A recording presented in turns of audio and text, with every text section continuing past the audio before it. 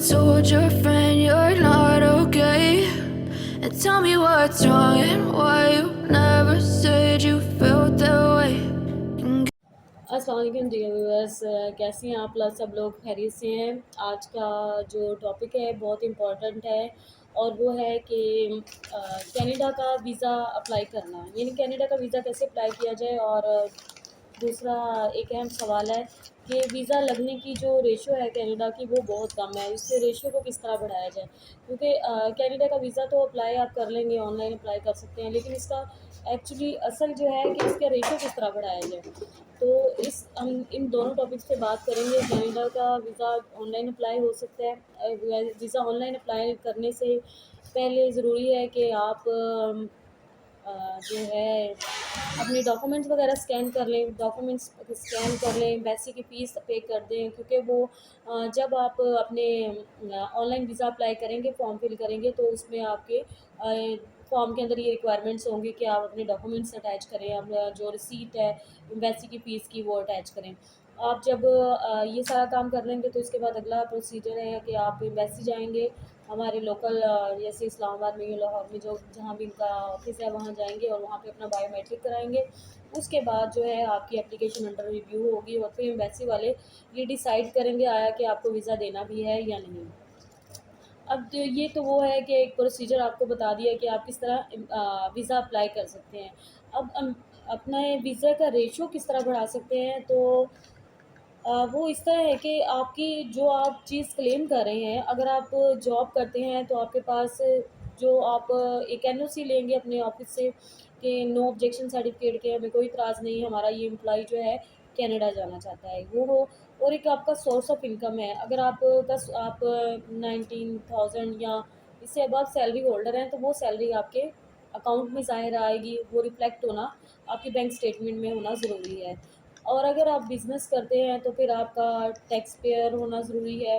आपको ये प्रूव करना पड़ेगा कि आप बिज़नेस करते हैं और ये जो आपके पास आपके बैंक स्टेटमेंट में जो आप अपना अमाउंट शो कर रहे हैं वो आपके बिज़नेस का ही एक सोर्स है जिससे आप ये इनकम ले रहे हैं।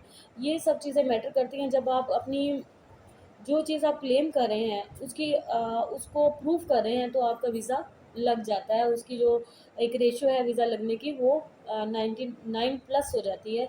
लेकिन आप कह कुछ रहे हैं और आप उसे प्रूव नहीं कर पा रहे, तो वो फिर आपका वीज़ा रिजेक्ट हो जाता है। तो इसके अप्लाई करने के लिए आपके पास वैलिड सीएनएसी नंबर सीएनएसी होना चाहिए, पासवर्ड होना चाहिए, फ़ोटोग्राफ्स होनी चाहिए। अगर आप बिज़नेस करते हैं तो आपके पास टैक्स रिटर्न जो है उनका प्रूफ़ होना चाहिए। अगर आप सैलरी होल्डर हैं तो आपके पास 6 माह का प्रूफ़ होना चाहिए, सैलरी स्लिप्स होनी चाहिए, एनओसी होना चाहिए, नो ऑब्जेक्शन सर्टिफिकेट होना चाहिए। और अगर इन केस आपकी ट्रैवल हिस्ट्री है तो आपके पास उसका भी प्रूफ़ होना चाहिए। इसके अलावा अगर आपके अदर एसेट्स हैं, मसलन आपके प्राइस बॉन्ड, गोल्ड, प्रॉपर्टी, तो उसका भी आप उनको भी शामिल करेंगे, क्योंकि इस तरह जो है आपकी प्रोफाइल उतनी ज़्यादा स्ट्रॉन्ग हो जाएगी वीज़ा लगने के लिए। ये हैं वो बेसिक रिक्वायरमेंट जिनका होना ज़रूरी है कनाडा के वीज़ा के लिए। इसके बाद आ जाता है आपका ट्रैवल प्लान।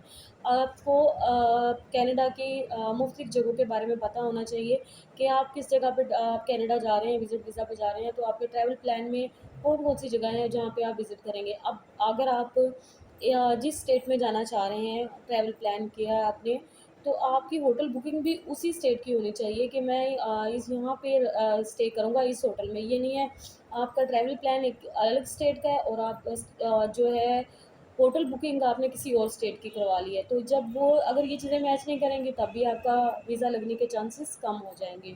इन सब चीज़ों का मैच करना ज़रूरी है। यही चीज़ें वेरीफ़ाई करती है एक एम्बेसी जो वीज़ा देने से पहले। अगर ज़रा भी थोड़ा भी झोल आएगा आपकी चीज़ों में, आपकी एप्लीकेशन में, जो चीज़ें आप क्लेम कर रहे हैं और जो प्रूव कर रहे हैं, तो आपका वीज़ा लगना मुश्किल हो जाएगा। और कनाडा का वीज़ा अगर आप विज़िट वीज़ा पे जाते हैं तो इसकी जो कम से कम मुद्दत है वो 6 मंथ है, यानी आपको विज़िट वीज़ा 6 माह का मिल जाता है। और अगर आप 1 माह 6 माह का वीज़ा आपको मिल जाता है तो फिर आपके लिए कनाडा में अपने विज़िट वीज़ा को वर्क वीज़ा में तब्दील करना कोई इतना मुश्किल नहीं है, वहाँ पे आपको काम मिल सकता है। लेकिन सबसे पहला मुश्किल काम ये है कि आपको वर्क वीज़ा विज़िट वीज़ा मिल जाए।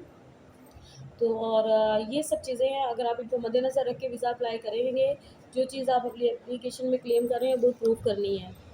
अगर वो प्रूफ भी हो जाएगी, तो आपको ज़रूर जो है वीज़ा मिल जाएगा। इसके अलावा जो है मेरा चैनल सब्सक्राइब कर लें। Thank you for watching. अल्लाह हाफ़िज़।